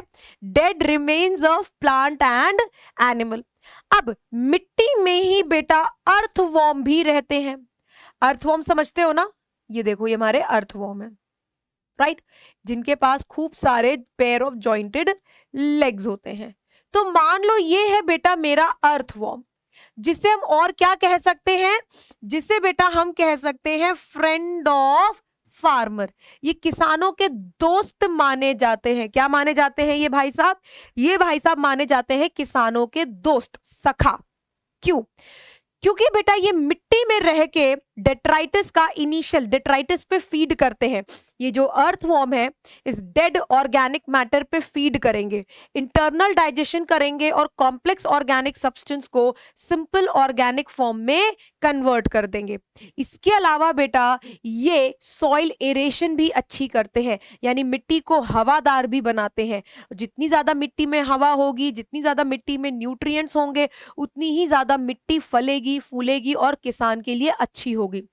इसीलिए किसान बेटा समटाइम्स नोइंगली अपनी फील्ड में बच्चे अर्थवॉर्म को छोड़ देता है, और अर्थवॉर्म क्या करता है, समय के साथ धीरे धीरे डिकम्पोजिशन की शुरुआत कराता है, जिससे मिनरल्स रिलीज होंगे, आगे जाके मिट्टी आपकी फिर से न्यूट्रिएंट रिच बनेगी, और साथ साथ बेटा ये सॉइल में एरेशन भी करवाता है। तो proper aeration, proper nutrient flow के लिए अर्थवॉर्म्स बहुत जरूरी है, और इसीलिए हम इन्हें बेटा क्या कहते हैं, इन्हें हम कहते हैं फ्रेंड्स ऑफ फार्मर्स। क्या कहते हैं इन्हें बेटा, हम इन्हें यहां पर अब हम कहेंगे फ्रेंड्स ऑफ फार्मर्स, राइट। चलो अब ये अर्थवॉर्म क्या करेगा, डेट्राइटिस का ब्रेकडाउन करना शुरू करेगा। कैसे, तो बेसिकली अर्थवॉर्म, अरे ये ब्लैक पेन कैसे चूज हो गया भाई, बेसिकली ये बेटा परफॉर्म करता है इंटरनल डाइजेशन, यानी कि ये जो हमारे अर्थवॉर्म है, जैसा मैंने बोला, ये डेट्राइटिस पे फीड करेंगे, इसको अपने भोजन की तरह इस्तेमाल करेंगे। Internal digestion, digestive juices, enzymes की मदद से इस डेड कॉम्प्लेक्स ऑर्गेनिक सब्सटेंस को ब्रेक डाउन करेंगे। जितना इनसे ब्रेक हो जाएगा, यानी जितना ये न्यूट्रिएंट ले पाएंगे इस डेड रिमेन से, ये न्यूट्रिएंट ले लेंगे, और अगले दिन आपको पता है ये they will release some of the faecal matter which will be the simple form of this detritus. तो ये इंटरनल डाइजेशन करने के बाद ये रिलीज क्या करते हैं, ये रिलीज करते हैं बेटा फीकल मैटर। फीकल मैटर क्या हो गया हमारा, faecal matter basically simple organic substance हो गया। तो फ्रैगमेंटेशन यानी कि हमारा पहला स्टेप यहां पर कंप्लीट होता है, जहां हमने अपने कॉम्प्लेक्स ऑर्गेनिक डेट्राइटिस को सिंपल ऑर्गेनिक में बेटा कन्वर्ट कर दिया है with the help of detritivores like earthworm, जो कि इंटरनल डाइजेशन करके इस काम को पूरा करते हैं। अब ये जो बेटा फीकल मैटर रिलीज हुआ है, इसमें दो टाइप के कंपोनेंट होते हैं, एक जो पानी में घुल जाए और दूसरे जो कि इनसॉल्यूबल हो, insoluble organic and soluble organic, यानी जो बेटा पानी में घुल जाए। तो जो पार्ट ऑफ फीकल मैटर जिसको अर्थवॉर्म ने रिलीज किया है, जिसको डेट्राइटिवोर्स ने बेटा रिलीज किया है, जितना भी सॉल्यूबल कंपोनेंट होता है, ये मिट्टी में मौजूद पानी में घुल जाएगा, डिसॉल्व हो जाएगा, और मिट्टी में बहुत अंदर डीप लेयर में पेनिट्रेट कर जाएगा, और फर्दर डिकम्पोजिशन के लिए अनअवेलेबल हो जाएगा, यानी अब हमें इस कंपोनेंट से कोई भी वास्ता नहीं है। तो this percolation of soluble component of fecal matter is known as leaching। तो फ्रैगमेंटेशन सभी ने समझ लिया। लीचिंग क्या है, लीचिंग होता है बेटा percolation of soluble organic compounds into the deeper layer, और वहां जाके ये क्या हो जाते हैं, अनअवेलेबल हो जाते हैं। तो सॉल्युबल कंपोनेंट क्या कर जाएंगे, लीच आउट कर जाएंगे, सेपरेट हो जाएंगे, फर्दर डिकम्पोजिशन में पार्ट नहीं लेंगे। तो अब हमारे पास क्या बचा, लीचिंग होने के बाद हमारे पास बचा बेटा इनसॉल्युबल ऑर्गेनिक कंपाउंड, जिसे अब हम फर्दर डिकम्पोज करेंगे with the help of decomposers like bacteria and fungi. तो अब हमारे पास बेटा ये जो इनसॉल्युबल कंपोनेंट है, ये हमारे डिकम्पोजर्स की मदद से, यानी कि बैक्टीरिया और फंजाई की मदद से बेटा ये फर्दर डिकम्पोज ब्रेक डाउन होना चालू होगा। अब ये कैसे करते हैं, आपने डेट्राइटिवोर्स में क्या देखा कि डेट्राइटिवोर्स डेड सब्सटेंस को फीड कर रहे थे, खा रहे थे, प्रॉपर इंजेशन कर रहे थे, इंटरनल डाइजेशन कर रहे थे। पर अर्थवॉर्म की तरह just opposite bacteria and fungi बेटा एक्सटर्नल डाइजेशन करते हैं, rather than feeding on, rather than properly injecting the insoluble components. ये क्या करते हैं बेटा, ये डाइजेस्टिव जूसेस एंजाइम्स को रिलीज करते हैं, एक्सटर्नल डाइजेशन करते हैं। जितना डाइजेस्ट हो जाता है वेल एंड गुड, उससे न्यूट्रिएंट को एब्जॉर्ब कर लेते हैं, पर अब जो भी बचेगा वो वही मिट्टी में पड़ा रहेगा, दूसरे बैक्टीरिया के करेंगे, तीसरे करेंगे, चौथे करेंगे, इस तरीके से धीरे धीरे सब कुछ डिकम्पोज हो जाता है और सारे के सारे मिनरल्स रिलीज हो जाते हैं। तो बेसिकली इस स्टेप को हम बोलते हैं कैटाबॉलिज्म। तो अब हमारे पास जो इनसॉल्युबल कंपोनेंट बचा है अर्थवॉर्म के फीकल मैटर से, उसका हम क्या कराएंगे, कैटाबॉलिज्म। कैटाबॉलिज्म को बेसिकली बेटा हम दो स्टेप में बांट देते हैं। कैटाबॉलिज्म का इनिशियल स्टेज होता है ह्यूमिफिकेशन एंड लास्ट स्टेप होता है बेटा मिनरलाइजेशन। लास्ट स्टेप क्या होता है? मिनरलाइजेशन। ह्यूमिफिकेशन में क्या होगा? It is the initial breakdown of insoluble component with the help of decomposers. तो सबसे पहले जब डिकम्पोजिशन शुरू होगा तो बेटा यहां पर ह्यूमस बनेगी। ह्यूमस क्या होती है? ह्यूमस एक डार्क कोलोइडल सब्सटेंस होता है जो कि रिच इन न्यूट्रिएंट्स होता है और इसका फर्दर डिकम्पोजिशन कंपैरेटिवली स्लो होता है। तो धीरे धीरे इनसॉल्युबल कंपोनेंट डिकम्पोज हो रहा है डिकम्पोजर्स की मदद से। तो जब पार्शियल डिकम्पोजिशन हो जाएगा तो ह्यूमस बन जाएगा। इस ह्यूमस का हम फर्दर ब्रेकडाउन कंटिन्यूड रखेंगे, वही with the help of same bacteria and fungi to release all the minerals in the soil. तो ये हमारा लास्ट स्टेप होगा मिनरलाइजेशन। मिनरल्स बेसिकली बेटा इनऑर्गेनिक सब्सटेंसेस होते हैं जैसे कैल्शियम, फास्फोरस, मैग्नीशियम। हमारा पूरा शरीर इसी का बना है। अभी तो मैं जिंदा हूं तो सारे के सारे मिनरल्स इनकॉर्पोरेटेड है मेरी बॉडी में, कहीं हड्डियों में, दांतों में, कहीं पर भी मेरे सारे एलिमेंट्स इनकॉर्पोरेटेड है। पर जब एक बार मैं मर जाऊंगी, मरने के बाद जब मेरे शरीर पे डिकम्पोजिशन स्टार्ट होगा तो डिकम्पोजिशन तब तक होता रहेगा जब तक मेरे शरीर का एक एक कैल्शियम, मैग्नीशियम, फास्फोरस, फ्लोरीन सब कुछ मिट्टी में ना मिल जाए। राइट कहा जाता है ना कि हम वो हैं जो मिट्टी से आए थे और एक दिन हम मिट्टी में ही मिल जाएंगे। तो किसी को घमंड नहीं करना चाहिए कि भाई हाँ हम तो इतने ऐसे हैं, हम तो इतने सुंदर हैं, या हम ऐसे हैं वैसे। नो, घमंड मत करो अपनी खूबसूरती पे, अपने इंटेलिजेंस पे, अपने पैसे पे, यानी किसी भी चीज पे गुरूर घमंड बेटा हमें कभी नहीं दिखाना चाहिए। क्यों?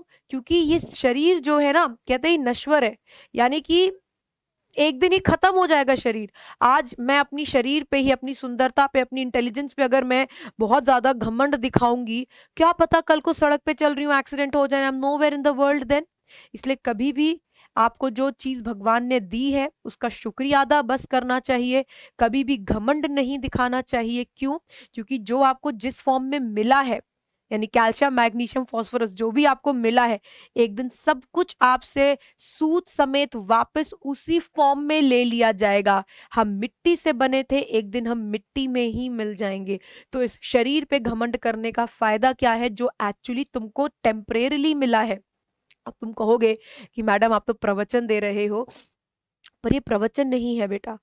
ये मैंने अपनी पूरी जिंदगी में एक चीज सीखी है। अभी तक तो मेरी भी बहुत ज्यादा उम्र नहीं हो गई है, आई एम नॉट लाइक 60 और 70 ईयर्स ओल्ड, पर स्टिल मैंने एक बहुत ही अच्छी चीज अपने पेरेंट्स या कह सकते हो ना अपने बड़ों से सीखी है कि इस शरीर पे कभी भी घमंड नहीं करना चाहिए कि मैं बहुत इंटेलिजेंट हूं, मैं बहुत सुंदर हूं, या मेरे पास बहुत पैसा है, कुछ भी, मतलब किसी भी रीजन से हमें अपने शरीर पे, शारीरिक चीजों से हमें कभी भी घमंड नहीं दिखाना चाहिए।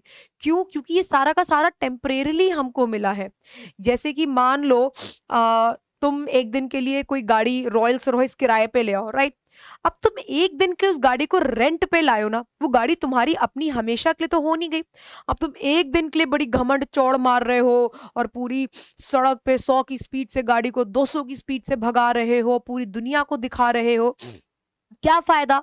क्योंकि जैसे ही कल सुबह होगी वो गाड़ी वाला आके गाड़ी को ले जाएगा and again you will be back on your bicycles. तो आपको ऐसी चीज का घमंड क्या दिखाना जो टेम्परेरी है, जो आज तो आपके पास है पर कल आपके पास नहीं होगी। तो ऐसी चीजों पे बेटा घमंड दिखाओ जो एक्चुअली तुमने जिंदगी भर में खुद से कमाई है, जैसे लोगों का प्यार, इज्जत, शोहरत, ये हम कमाते हैं, इस पे आप घमंड करो। पर जो आपको ऊपर से भगवान ने टेम्परेरीली दे दिया है कि चलो तुम्हारी जिंदगी 50 साल है, 50 साल तक ले तुमको ये मैं शरीर दे रहा हूं, तुमको मैं इस रंग का बना रहा हूं, इस रूप का बना रहा हूं, तो वो भगवान ने तुमको temporarily for next 50 years they दिया है। जैसे ही तुम्हारा टाइम पूरा होगा वो तुमको सूद समय तुमसे सारी चीजें वापस ले लेगा and you will be left with nothing accept your footprints. Footprint समझते हो? हम एक दिन दुनिया से चले जाएंगे, हमारे पीछे कदम कदमों के निशान रह जाएंगे, यानी हमारे अच्छे और बुरे कर्म रह जाएंगे बेटा। अब वो डिपेंड करेगा कि आप कैसे काम कर रहे हो इस दुनिया में आके। इस टेम्परेरीली शरीर जो आपको मिला है, इसको आप कितना अच्छे से यूटिलाइज कर रहे हो, वो आपके जो निशान पीछे रह जाएंगे, लोग उस पे बात करेंगे। ये कोई नहीं बोलेगा अरे यार बड़ा सुंदर आदमी था तो चला गया। कभी किसी को ये बोलते हुए सुना है कि अरे कितना गोरा था, अरे ये बेचारा चला गया, बड़ी दुख की बात है। कोई ये नहीं बोलेगा। हाँ, ये जरूर बोलेगा अरे यार इसने कितने अच्छे अच्छे काम किए थे, कितने स्कूल्स खुलवाए थे और जानवरों के लिए इतनी सेवा करता था, बेचारा अच्छा आदमी था, चला गया। तो लोग आपके काम की चर्चा करेंगे आपके पीछे से, ना कि आपके इस नश्वर शरीर की, जो एक दिन सच में जहां से आया है वहीं में मिल जाएगा। तो कभी भी हमें अपने शरीर पे घमंड नहीं करना चाहिए। आपकी ब्यूटी पे, आपकी जो भी चीजें हैं एक्सटर्नली, उस पे घमंड मत करो, बल्कि अपना काम अच्छा करो। और आप एज अ स्टूडेंट क्या कर सकते हो बेटा, आप अभी इस लेवल पे अच्छे से अच्छे पढ़ाई करो, मेहनत करो, दम लगा के पढ़ाई करो। क्यों? क्योंकि एक दिन तुमको जब डॉक्टर की उपाधि मिलेगी, वो तुम्हारी जिंदगी की पहली कमाई होगी, और वो तुम्हारी पहली क्या आखिरी कमाई तक याद रखा जाएगा। And when you will pass away, people will remember you because you were a doctor, है ना? तो अच्छे काम करो और अच्छी शिक्षा लो और अच्छी तरीके से अपनी जिंदगी में आगे बढ़ो, राइट? चलो, तो इसी के साथ बेटा हम कहां से थे भाई? तो detritus dead remains complex organic substance है, जिनका सबसे पहली बार अर्थवॉर्म जैसे डेट्राइटिवोर्स बेटा फ्रैगमेंटेशन कराते हैं, जिसमें वो इंटरनल डाइजेशन करके कॉम्प्लेक्स ऑर्गेनिक को सिंपल ऑर्गेनिक में बदलते हैं, which is released in the form of the faecal matter. अब फीकल मैटर में दो टाइप के बेटा कंपोनेंट हो सकते हैं, एक सॉल्युबल, एक इनसॉल्युबल ऑर्गेनिक सब्सटेंस। तो जो सॉल्युबल होता है, यानी जो पानी में घुल सकता है, वो घुल के मिट्टी में डीप लेयर में पेनिट्रेट कर जाएगा और फर्दर अनअवेलेबल हो जाता है। इस स्टेप को हम बोलते हैं लीचिंग। तो सबसे पहले हमने फ्रैगमेंटेशन कराया, फिर बेटा हमने लीचिंग कराई। उसके बाद जो भी अब मिट्टी के ऊपर इनसॉल्युबल ऑर्गेनिक कंपाउंड बचा है बेटा, इसका अब हम कराएंगे डीकॉम्पोजिशन, यानी कि ब्रेक डाउन फर्दर 2 स्टेप्स में। तो सबसे पहले हम डीकम्पोजर्स जैसे बैक्टीरिया या फंजाई का हेल्प लेंगे, इस रिमेनिंग इनसॉल्युबल ऑर्गेनिक कंपाउंड का फर्दर ब्रेक डाउन करके dark colloidal rich in nutrient substance बनाने के लिए, जिससे कहते हैं ह्यूमस। जितनी ज्यादा बेटा मिट्टी में ह्यूमस होती है, सॉइल उतनी ही ज्यादा फर्टाइल मानी जाती है। तो ये डीकम्पोजर्स क्या करेंगे? अनलाइक अर्थवॉर्म, ये एक्सटर्नल डाइजेशन करते हैं, जूसेस एंजाइम्स को रिलीज करते हैं, इनसॉल्युबल कंपोनेंट को फर्दर क्या कहते हैं, डिकम्पोज करते हैं। जो भी न्यूट्रिएंट इनको मिलता है उसको तो ये एब्जॉर्ब कर लेते हैं और बाकी चीजों को फर्दर ब्रेक डाउन के लिए मिट्टी में छोड़ देते हैं। ऐसा होता रहता है सालों साल, 10 साल, 1000 साल, 100 साल में, फिर जाके कहीं ना कहीं डेट्राइटस पूरी तरीके से खत्म हो जाता है और फाइनल स्टेज में मिनरल्स इनऑर्गेनिक एलिमेंट के फॉर्म में रिलीज हो जाता है। तो मिनरल्स जब हम कहते हैं तो हम किसकी बात कर रहे हैं? We are talking about the inorganic element. तो इस तरीके से कहीं ना कहीं हमारा पूरा डिकॉम्पोजिशन इस सिंपल से हमने पेज में डायग्रामेटिकली समझा है, राइट? अब आपको देखना है कि कौन कौन से ऐसे फैक्टर्स हैं जो बेटा डिकॉम्पोजिशन के रेट को बढ़ा सकते हैं या घटा सकते हैं। तो सबसे पहला होता है oxygen availability. Aerobic conditions are must. अगर मान लो तुम्हारी मिट्टी एनएरोबिक है, यानी सॉइल में एरेशन है ही नहीं, ऑक्सीजन नहीं है, तो आपके बैक्टीरिया फंजाई जो कि एरोबिक ऑर्गेनिजम्स हैं, ये ग्रो नहीं करेंगे, ये डिकम्पोजिशन नहीं होगा और प्रोसेस स्लो डाउन हो जाएगा। तो oxygen availability is must to fasten the process of decomposition. Temperature optimum होना चाहिए, बहुत हाई टेम्परेचर, बहुत लो टेम्परेचर, एक्सट्रीम नहीं होना चाहिए। क्यों भला? क्योंकि भाई दोनों कंडीशंस में हमारे बैक्टीरिया फंजाई जैसे डीकम्पोजर्स, डेट्राइटिवोर्स जैसे अर्थवॉर्म सर्वाइव मिट्टी में नहीं करेंगे। अब अगर यही मिट्टी में नहीं होंगे तो फिर डिकम्पोजिशन कौन करेगा? तो टेम्परेचर ऑप्टिमम होना चाहिए, वाटर अवेलेबिलिटी, ह्यूमिडिटी भी ऑप्टिमम, यानी एकदम से मिट्टी सूखी हुई ना हो कि एरेशन के साथ साथ भाई मॉइस्चर, सॉइल मॉइस्चर भी बहुत जरूरी है। थोड़ी बहुत मिट्टी गीली हो, डैम्प हो, पर ऐसी भी ना हो कि भाई दलदली बन गया है तो भी ऑर्गेनिज्म सरवाइव नहीं कर पाएगा। So everything should be optimum. Water availability कह सकते हो, आपका न्यूट्रिएंट अवेलेबिलिटी, टेम्परेचर, ऑक्सीजन, सब कुछ ऑप्टिमम होना चाहिए, तभी डिकम्पोजिशन का रेट भी परफेक्ट चलेगा। इन सब के अलावा बेटा डेट्राइटस का नेचर का केमिकल कॉम्पोजिशन भी डिसाइड करता है कि भाई डिकम्पोजिशन फास्ट होगा या स्लो होगा। तो जैसे हमारे पास दो टाइप का डेट्राइटस हो सकता है। एक, if detritus is rich in dead substance like lignin, सुबरिन, ये बेटा डेड सब्सटेंसेस है। अगर हमारा डेट्राइटस लिग्निन, सुबरिन जैसे सब्सटेंस का बना हुआ है तो डेफिनेटली इनको डिकम्पोज करने में डिकम्पोजर्स, डेट्राइटस, डेट्राइटिवोर्स, अर्थवॉर्म को ज्यादा समय लगता है। तो डेफिनेटली डिकम्पोजिशन हमारा क्या हो जाएगा इस केस में बेटा, स्लो डाउन कर जाएगा। पर वहीं अगर हमारा detritus water soluble component, sugar, amino acids इनका बना हुआ है तो ये इजिली डिकम्पोजेबल है। और अगर डेट्राइटस इसमें ज्यादा रिच है तो definitely process is going to be fast. Water soluble sugars, nitrogen containing compound, अगर बेटा हमारा डेट्राइटस इससे बना हुआ है तो ये जल्दी डिकम्पोज होते हैं, और अगर डिकम्पोज जल्दी होंगे तो definitely process is also going to be very fast as compare to the opposite side. तो ये हमारे बेटा हो गए कुछ फैक्टर्स। आई होप यहां तक सभी को एक एक बात मेरी बिल्कुल क्रिस्टल क्लियर हो चुकी होगी। अगर हाँ तो अब बारी है डिकम्पोजिशन को एक एक करके डिटेल में बच्चे एनसीईआरटी से रीड करने की। तो आओ इसको रीड करें। You may have heard of the earthworm being referred to as the friends of farmers. आपने ऐसा सुना होगा, अभी सुन लिया, पहले नहीं तो अभी मेरे मुंह से ही सुन लिया होगा। This is so because they help in the breakdown of complex organic matter as well as loosening of the soil. यानी ये फ्रैगमेंटेशन में भी मदद करते हैं और सॉइल की एरेशन भी बढ़ाते हैं, नहीं सॉइल की लूजनिंग में भी मदद करते हैं, जैसा मैंने आपको बताया। Similarly, decomposers break down complex organic matter into inorganic substances like CO2, water, nutrient, etc. And this whole process is called as decomposition. तो डेट्राइटिवोर्स जैसे कि अर्थवॉर्म, डिकम्पोजर्स जैसे कि बैक्टीरिया, फंजाई, ये सारे मिलके बेटा पूरे के पूरे डिकम्पोजिशन प्रोसेस को मुकम्मल करते हैं, है ना। Dead plants remain such as leaves, bark, flowers, dead remains of animals including faecal matter constitute the detritus. तो अगर क्वेश्चन आता है कि what is the raw material for decomposition, तो क्या कहोगे? डिकम्पोजिशन के लिए रॉ मटेरियल क्या होता है? So the raw material is actually detritus, which is the raw material for decomposition. The important steps in the process of decomposition are fragmentation, leaching, catabolism, humidification and mineralization. ठीक है, तो सबसे पहले भाई क्या है, डेट्राइटिवोर्स से प्रोसेस का शुरुआत करेंगे, यानी कि अर्थवॉर्म से बेटा हम प्रोसेस की शुरुआत कराएंगे। तो detritivores break down detritus into smaller particles. This process is called as fragmentation.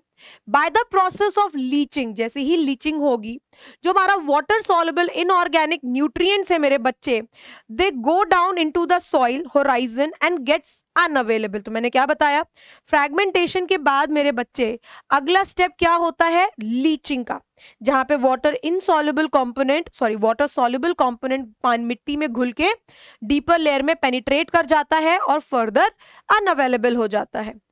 Bacterial and fungal enzymes further degrade the detritus into simplest inorganic substance. This whole process is called as catabolism, जिसको further बेटा हम दो step में divide कर सकते हैं, that is humification and mineralisation.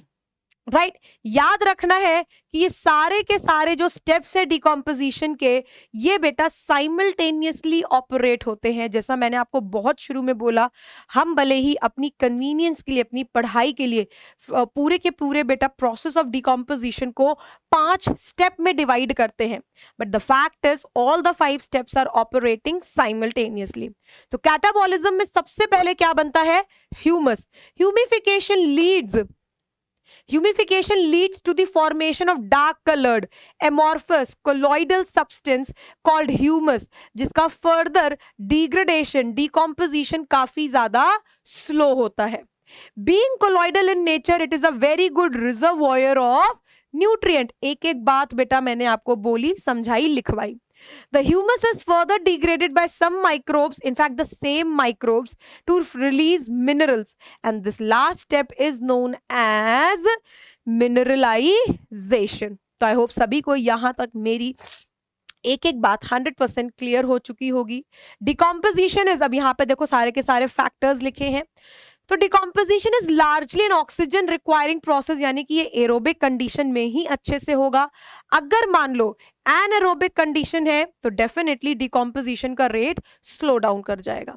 The rate of decomposition is also controlled by the chemical nature of detritus and other climatic factors जैसे कि temperature, humidity, moisture, ये सब.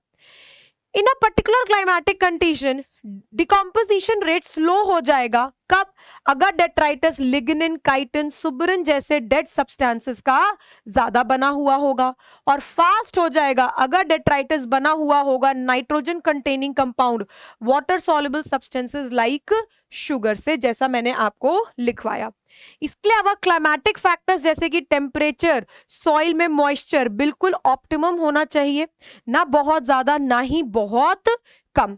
इनफैक्ट कह सकते हो warm and moist environmental condition always favours the decomposition along with aerobic condition. अगर anaerobic condition होगी तो ये इनहिबिट करेगा प्रोसेस को और स्लो डाउन कर देगा. तो आई होप सभी को पूरी की पूरी मेरी बात एनसीईआरटी से साथ साथ नोट से, डायग्राम से एक एक चीज क्रिस्टल क्लियर हो चुकी होगी. Now moving towards the last important functional aspect of ecosystem which is energy flow. क्यों मैंने बोला ये लास्ट? क्योंकि मैंने आपको शुरू में बता दिया था बेटा जो हमारा चौथा कंपोनेंट है, यानी कि nutrient cycle that has been removed from the syllabus, इसके साथ साथ जो हमारा इकोलॉजिकल सक्सेशन है वो भी बेटा सिलेबस से हटा दिया गया है. तो we just have to focus on this simple सा छोटा सा प्यारा सा टॉपिक, एनर्जी फ्लो. बहुत ही सिंपल है, बहुत ही आसान है. अगर तुम मेरी क्लास में अभी के लिए ध्यान से इसको पढ़ोगे तो each and every point will become crystal clear to each and every one of you. That is my वादा. ठीक है, करें? आओ भाई शुरू करते हैं. तो बेटा हम यहां बात कर रहे हैं एनर्जी फ्लो की. एनर्जी फ्लो का मतलब क्या होता है? अब ऑटोट्रॉफ्स वो है प्लांट्स, जैसे कि वो ऑर्गेनिजम्स हैं जो सन की लाइट को ट्रैप करके अपना फूड बना सकते हैं. हम ऑटोट्रॉफ्स को प्रोड्यूसर भी कहते हैं. तो प्रोड्यूसर सबसे पहले वो ऑर्गेनिजम्स हैं जो लाइट एनर्जी को वाया फोटोसिंथेसिस बेटा कन्वर्ट करते हैं और उनसे फूड बनाते हैं. अब इमेजिन करो जो भोजन पेड़ पौधों ने बनाया, अब अगर जानवर या इंसान उनको नहीं खाएंगे तो जो एनर्जी पौधों में स्टोर्ड है वो आगे ट्रांसफर कैसे होगी? अब अगर ये आगे एनर्जी ट्रांसफर नहीं होगी तो भाई बाकी जो कंज्यूमर्स हैं जो खुद से अपना भोजन नहीं बना सकते वो अपना पेट कैसे भरेंगे? अब अगर तुम गाय का दूध नहीं पियोगे, अगर तुम दाल चावल गेहूं नहीं उगाओगे, नहीं खाओगे, तो तुम अपना कैसे पेट भरोगे? राइट? तो अल्टीमेटली डायरेक्टली या इनडायरेक्टली सभी कंज्यूमर्स प्लांट पे निर्भर कर रहे हैं for their food via predation. हम इन पे खाते हैं. मैंने आपको पिछले चैप्टर उसमें भी आपको समझाया था, क्या कहते हैं, हाँ, ऑर्गेनिज्म एंड पॉपुलेशन में आपको मैंने ये चीज समझाई थी. यस और नो? तो basically this is energy flow. बनाई किसी ने और आगे ट्रांसफर हो रही है. और याद रखना हमेशा बेटा एनर्जी यूनिडायरेक्शनली ही फ्लो करेगी, यानी प्रे से प्रेडेटर की तरफ ही एनर्जी जाएगी. क्यों? क्योंकि कभी ऐसा नहीं होता, तुमने कभी ऐसा देखा है कि किसी हिरन ने शेर को खा लिया, या किसी बकरी ने सांप को खा लिया, या किसी पेड़ पौधे ने इंसान को गप कर गया? नहीं. क्यों? क्योंकि हमेशा प्रेडेटर ही प्रे को खाता है, प्रे कभी भी प्रेडेटर को नहीं खा सकता. इसीलिए हम कहते हैं कि energy flows unidirectionally from the prey to the predator, from the producer to the consumer. तो हम सभी के लिए, चाहे पेड़ पौधे हो चाहे जानवर हो, ultimate source of energy in the ecosystem क्या है? सन है। तो sun is the ultimate source of energy. Sun अपनी बेटा अगर 100% लाइट देता है तो उसमें से फोटोसिंथेसिस के लिए जो एक्टिव रीजन है उसे कहते हैं PAR. That stands for photosynthetically active region which is actually 2 to 10%, which PAR हो गया हमारा less than 50% of the total sunlight, जिसे एक्चुअली बेटा आप विबग्योर कहते हो, व्हाइट लाइट जिसे एक्चुअली आप कहते हो, राइट। अब इस विबग्योर का भी बेटा अगर देखा जाए तो ब्लू और रेडी तो वो रीजन है जो एक्चुअली हम यूटिलाइज करते हैं, कंज्यूम करते हैं फोटोसिंथेसिस करने के लिए, यस और नो। तो क्या पूरा का पूरा पार फोटोसिंथेसिस में एक्टिव है? नहीं, पार का मात्र 2 से 10% हिस्सा यानी सिर्फ और सिर्फ actively blue and red light ही यूटिलाइज होती है for photosynthesis, right. Energy flow याद रखना बेटा, थर्मोडायनेमिक्स के दोनों ही लॉज को बड़े आराम से फॉलो करती है, first and the second law. First law कहता है कि ना तो हम एनर्जी को बना सकते हैं ना उसे मिटा सकते हैं, बस हम उसे एक फॉर्म से दूसरे फॉर्म में भेज सकते हैं। यानी कि क्या तुमने सूरज को बनाया है? नहीं। Have you created light energy? No, it is there, it is the part of nature. क्या आप उसे कभी मिटा सकते हो? नहीं। आप बस क्या कर सकते हो, लाइट को केमिकल के फॉर्म में कन्वर्ट कर दो, हीट के फॉर्म में कन्वर्ट कर दो, इलेक्ट्रिसिटी के फॉर्म में कन्वर्ट कर दो। In short you can just transform the form of energy. आप उसे कहीं से भी तोड़ मरोड़ नहीं सकते, उसे निचोड़ नहीं सकते, आप सिर्फ और सिर्फ बेटा उसका फॉर्म ही बदल सकते हो। तो यहां पर हमारा फर्स्ट लॉ भी फॉलो होता है। इनफैक्ट एनर्जी फ्लो जो कि यूनिडायरेक्शनल है, always from producer to consumer. Second law randomness को भी हमारा ये कॉन्सेप्ट बेटा फॉलो करता है। अब हमारे पास 3 टर्मिनोलॉजीज आती हैं बेटा, one which is food chain, food web and trophic level, right. तो यहां आप देखो कितनी प्यारी सी एक सिंपल सी फूड चेन मैं आपके लिए लेकर आई हूं, जहां अपने पास सूरज देवता है जिन्होंने भोजन बनाया, जिन्होंने सही लाइट दी, प्रोड्यूसर्स यानी पेड़ पौधों ने उस लाइट को एब्जॉर्ब करके उससे अपना भोजन बनाया। अब भोजन को सबसे पहले किसने खाया? Grass hopper. ग्रास हॉपर को किसने खाया? फ्रॉग। फ्रॉग को किसने खाया? स्नेक। स्नेक को किसने खाया? हॉक। और जैसे ही ये मरते हैं इनके बॉडी पे कौन फीड करता है? डीकंपोजर्स। तो यहां आप देख सकते हो एनर्जी फ्लो यहां से शुरू हुई और पूरा करते हुए यहां तक गई, यानी हर कंज्यूमर के पास सिंगल पोजीशन है। ये सारी की सारी बेटा ट्रॉफिक लेवल है, 1 2 3 4 5। So these are different trophic levels, right, yes और नो। तो आप देख सकते हो हर ट्रॉफिक लेवल पे एक ही ऑर्गेनिज्म प्रेजेंट है, एक ऑर्गेनिज्म के पास एट अ टाइम एक ही फीडिंग ऑप्शन है, यानी कि ग्रास हॉपर सिर्फ पेड़ पौधे खा सकता है, फ्रॉग सिर्फ ग्रास हॉपर खा सकता है। तो ये सिंपल फूड चेन है जहां पर एक ऑर्गेनिज्म एट अ टाइम एक ही पोजीशन को ऑक्यूपाई करेगा, कॉल्ड एज ट्रॉफिक लेवल, और हर प्रेडेटर के पास एक ही फीडिंग ऑप्शन यानी प्रे का ऑप्शन होगा। पर क्या नेचर में एक्चुअली फूड चेन एग्जिस्ट करती है? क्या सच में हम एक ही पोजीशन को ऑक्यूपाई कर सकते हैं? क्या हम सच में सिर्फ एक ही चीज को खा सकते हैं? नहीं। As predators we have different options to feed on. हम बकरी खा सकते हैं, हम मुर्गा खा सकते हैं, हम कुछ भी खा सकते हैं। तो we have different feeding options and accordingly we can occupy different positions and the trophic level. तो कई सारी बेटा एक्चुअल ट्रू नेचर में हमारी जो फूड चेन्स है वो आपस में बेटा मिक्स एंड मर्ज हो जाती हैं and they form complex network called food web, right. तो फूड वेब को आप कैसे डिफाइन करोगे? फूड वेब बेटा कुछ नहीं है, it is just interconnected food chain. क्या है ये? इंटरकनेक्टेड फूड चेन होती है, राइट। ट्रॉफिक लेवल कैसे डिफाइन करोगे? It is the position occupied by different organisms in a food chain. Position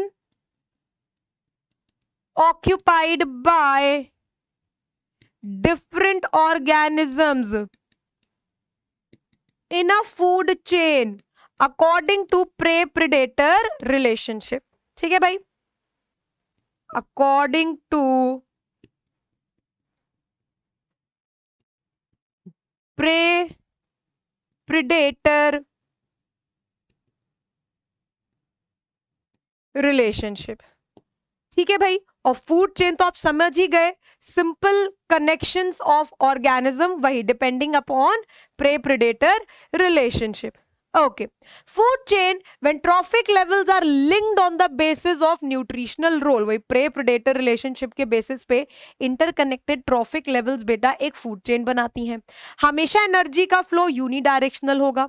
energy flow बेटा हमेशा 10% लॉ जो कि लिंडमैन ने प्रपोज किया था इसको फॉलो करते हैं। फूड चेन के पास बेटा, एक सिंपल फूड चेन के पास 4 से 5, इनफैक्ट 4 से 5 भी ज्यादा लिखा है, 3 to 4 ही ट्रॉफिक लेवल होगी। ज्यादा ट्रॉफिक लेवल होने का कोई फायदा ही नहीं है, क्योंकि मात्र 10% ऑफ द टोटल एनर्जी ही, स्टोर्ड एनर्जी ही आगे जाती है। Remaining 90% get wasted as lost in the form of heat energy, जिसको हमें बड़े ही प्यार से बेटा लिंडमैन ने समझाया था। अब फूड चेन डिपेंडिंग की भाई फर्स्ट ट्रॉफिक लेवल किसने ऑक्यूपाई किया है, can be of 2 types, GFC यानी कि grazing food chain and DFC यानी कि detritus food chain. Grazing food chain का मतलब है बेटा व्हेन द फर्स्ट, अभी जैसा जो आपने एग्जांपल देखा, जब बेटा first trophic level is occupied by green plants, जब ऑटोट्रॉफ्स, जब प्रोड्यूसर्स हमारी फर्स्ट ट्रॉफिक लेवल को ऑक्यूपाई करते हैं और जब वहीं से फूड चेन की शुरुआत होती है तो उसे कहते हैं GFCs. They are more common in ocean ecosystem. वहीं अगर बेटा फूड चेन का पहला पोजीशन यानी कि जब first trophic level is occupied by dead remains that is detritus, तो उसे बेटा कहते हैं डीएफसी, यानी कि फूड चेन की शुरुआत हो रही है डिकम्पोजिशन से और डेट्राइटस का एक्यूमुलेशन टेरेस्ट्रियल इकोसिस्टम में ज्यादा होता है। तो DFCs they are more common on land. और अल्टीमेटली तो सारी की सारी जीएफसीज डीएफसीज आपस में मिलके कॉम्प्लेक्स क्या बनाती हैं, फूड वेब बना देती हैं। तो आई होप इतनी बात सभी बच्चों को एकदम 100% क्रिस्टल क्लियर याद रहेंगी। देखो कैसा हमारा ये कॉम्प्लेक्स सा फूड वेब है, जहां पर ग्रास हॉपर को छिपकली भी खा सकती है और क्या कहते हैं इसको डिफरेंट ऑर्गेनिजम्स इसको खा सकते हैं। और देखो ग्रास हॉपर के पास भी घास खाने को है, कैक्टस खाने को है, और देखो कितने अलग अलग ऑर्गेनिजम्स हैं खाने को, राइट। तो this is a complex food web जहां पर अलग अलग फूड चेन्स आपस में डिफरेंट लेवल्स पे कनेक्ट हो चुकी हैं। यस और no? Done everyone? I hope यहां तक सभी बच्चों को एक एक पॉइंट मेरा क्रिस्टल क्लियर हो चुका होगा। If yes then let's complete it and read it from your textbook, जो कि बेटा फिर से मैं कहूंगी बहुत बहुत बहुत इंपॉर्टेंट है। तो एनर्जी फ्लो, अब हम बोलते हैं sun is the ultimate source of energy. बस धरती के ऐसे 2 ही कोने हैं जहां सूरज देवता अपनी रोशनी नहीं दे पाते, which is deep sea and hydrothermal vents. तो except for the deep sea hydrothermal vents, sun is the ultimate source of energy for all the ecosystem. Total sun का लेस देन 50% ही पार होता है, जैसा मैंने बताया। और पार का भी हम जानते हैं कि जो पेड़ पौधे हैं वो सिर्फ 2 से 10% हिस्सा ही इस्तेमाल करते हैं भोजन बनाने के लिए, जो कि पूरी धरती को भोजन देने के लिए सफिशिएंट है। That is only blue and red light. So, it is very important to know that how the solar energy captured by plants flow through different organisms of an ecosystem. तो कैसे फ्लो करती है energy? Pray predation relationship की वजह से। All organisms are dependent on their food for producers. अब हम सभी जो हैं भोजन के लिए चाहे डायरेक्टली चाहे इनडायरेक्टली किस पे निर्भर कर रहे हैं? पेड़ पौधों पर ही तो निर्भर करते हैं। हमेशा एनर्जी का फ्लो यूनिडायरेक्शनल होगा, यानी सन से प्रोड्यूसर और प्रोड्यूसर से कंज्यूमर। कभी तुमने ऐसा नहीं देखा होगा कि सूरज देवता पेड़ पौधे खा गए या पेड़ पौधे सांप और बिच्छू खा गए, नहीं, हमेशा यूनिडायरेक्शनल ही होगा। And they always keep in with first law as well as second law of thermodynamics, यानी जो हमारा फ्लो ऑफ एनर्जी है बेटा, वो दोनों ही लॉ को बड़े ही प्यार से फॉलो करता है, which is first law as well as second law. कि भाई हम रैंडमनेस एंट्रोपी को भी फॉलो करेंगे और ना एनर्जी बना सकते हैं ना बिगाड़ सकते हैं, बस हम उसे एक फॉर्म से दूसरे फॉर्म में भेज सकते हैं। फर्दर इकोसिस्टम सेकेंड लॉ को भी बेटा बहुत प्यार से फॉलो करते हैं। That means they have universal tendency to increase disorderliness, also called as randomness, right. The green plants in the ecosystem, जिन्हें हम प्रोड्यूसर्स कहते हैं, तो प्रोड्यूसर टेरेस्ट्रियल इकोसिस्टम में जैसे कि फॉर एग्जांपल आपके प्लांट्स होते हैं, woody plants, herbs etcetera.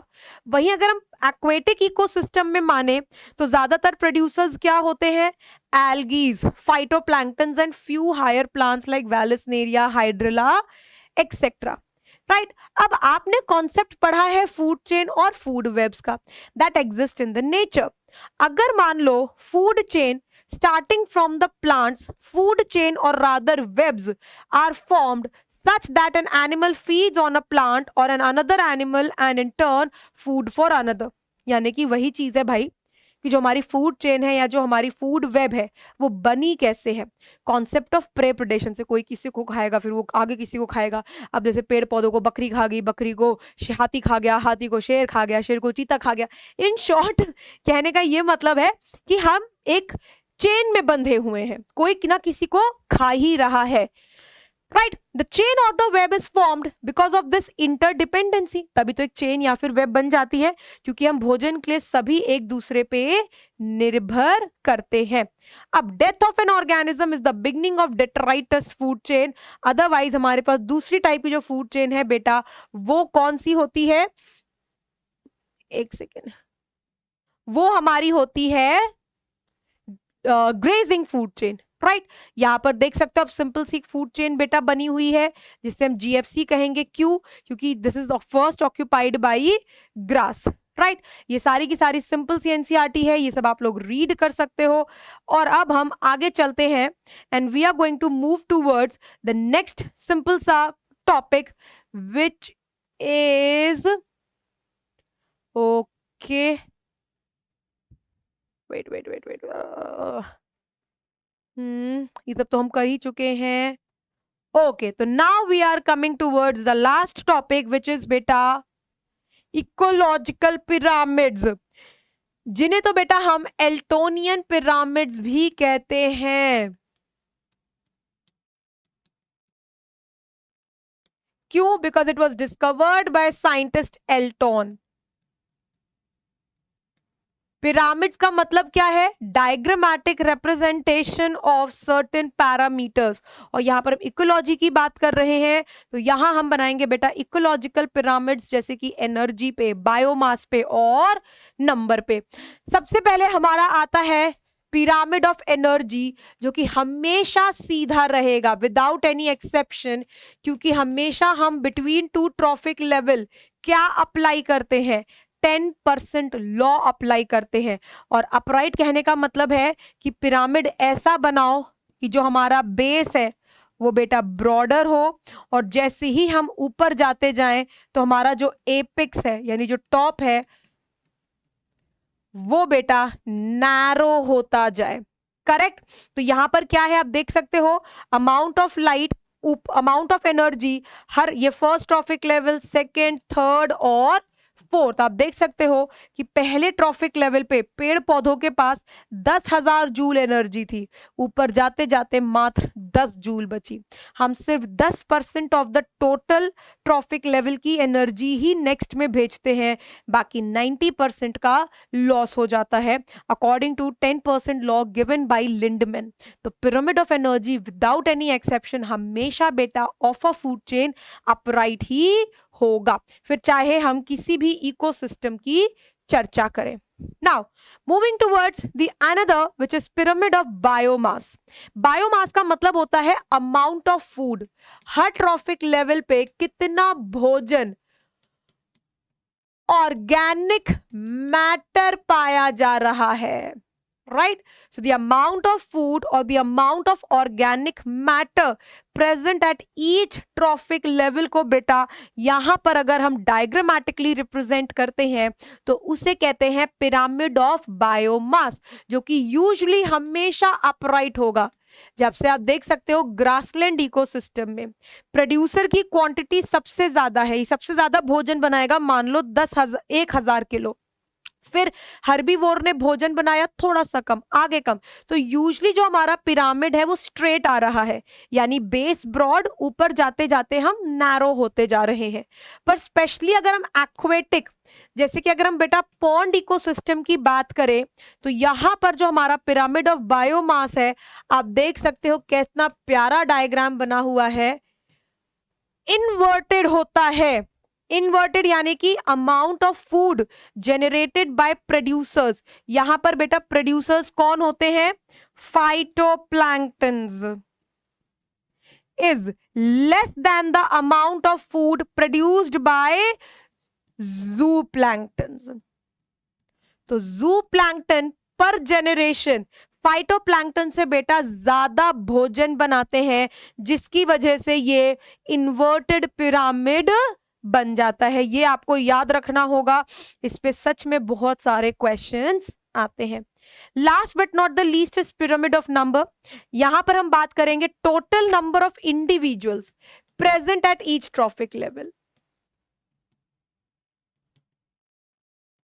Total number of individuals at each trophic level. तो यूजुअली ये भी बेटा सभी इकोसिस्टम के लिए सीधा यानी कि अपराइट होता है, पर इसका एक अपने पास एक्सेप्शन है, which is of tree ecosystem. ये देखो सारे के सारे हमारे अपराइट है, फिर चाहे ग्रासलैंड हो चाहे पॉन्ड हो, अपराइट है। पर यहाँ पे हमारे पास एक्सेप्शन है, which is actually tree ecosystem. ये हमने पिछले चैप्टर में भी किया था, अगर आपको याद होगा। एक ही बैनियन ट्री था, यानी प्रोड्यूसर की संख्या कितनी थी? एक थी, पर इस प्रोड्यूसर पे बहुत सारे आम लटक रहे थे, और आम पे तकरीबन 50 बर्ड्स, देखो कैसी चिड़िया बना रखी है ना, 50 बर्ड्स आके फीड कर रही थी, राइट। और 50 बर्ड्स की बॉडी पे बहुत सारे पैरासाइट्स ग्रो कर रहे थे। तो देखो कैसे हमारा इन्वर्टेड बन गया, एक पेड़ पे अनेक चिड़िया खाती है। तो यानी प्रोड्यूसर की क्वांटिटी 1 है और चिड़िया की क्वांटिटी जो कि सेकंड लेवल पे आएगी वो उससे ज्यादा है। तो ओवरऑल हमारा शेप कैसा बन जाएगा? पिरामिड का उल्टा बन जाएगा, इन्वर्टेड बन जाएगा, राइट। अब हमारे पास बेटा यहां पर 2 कैटेगरी बन सकती है। देखो भाई कितना प्यारा सा दिखाया हुआ है, एक पेड़ है, उस पे कई सारी बर्ड्स हैं और हर बर्ड के ऊपर कई सारे पैरासाइट्स ग्रो कर रहे हैं। तो ये हमारा प्रॉपर इन्वर्टेड शेप है, इन्वर्टेड पिरामिड। और हमारा ये वाला जो बेटा है, एक पेड़ पे कई सारी बर्ड्स और कई सारी बर्ड्स को मिलके कोई एक बड़ी बर्ड खा रही है, तो ये शेप कहलाया जाता है स्पिंडल शेप्ड पिरामिड, क्योंकि शेप ऐसा बन गया, उल्टा उल्टा फिर सीधा हो गया, राइट। आई होप यहां तक सभी बच्चों को एक एक चीज मेरी एकदम 100% क्रिस्टल क्लियर हो चुकी होगी, यस और नो? ओके। अब हम बात करेंगे कि भाई इकोलॉजिकल पिरामिड कहां तक सही है।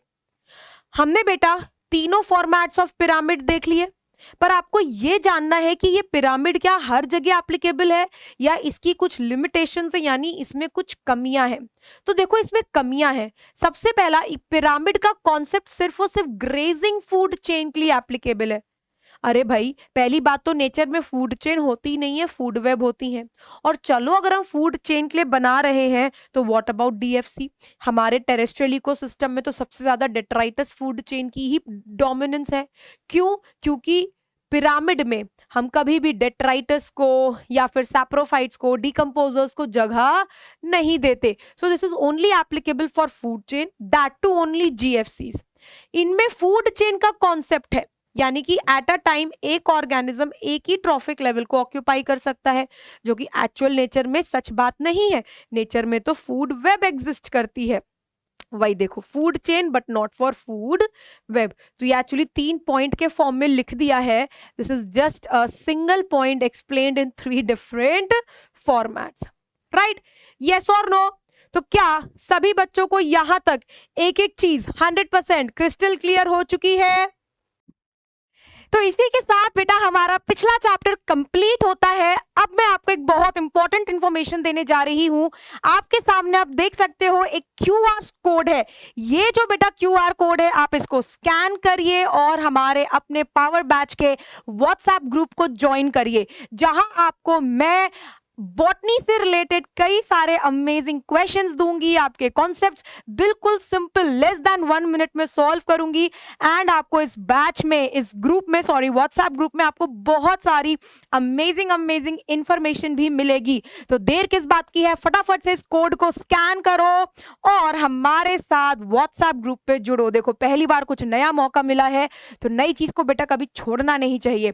तो देर किस बात की है, ज्वाइन करो। Till then, thank you so much for watching. See you in the next lecture. Till then, bye bye everyone. Take care.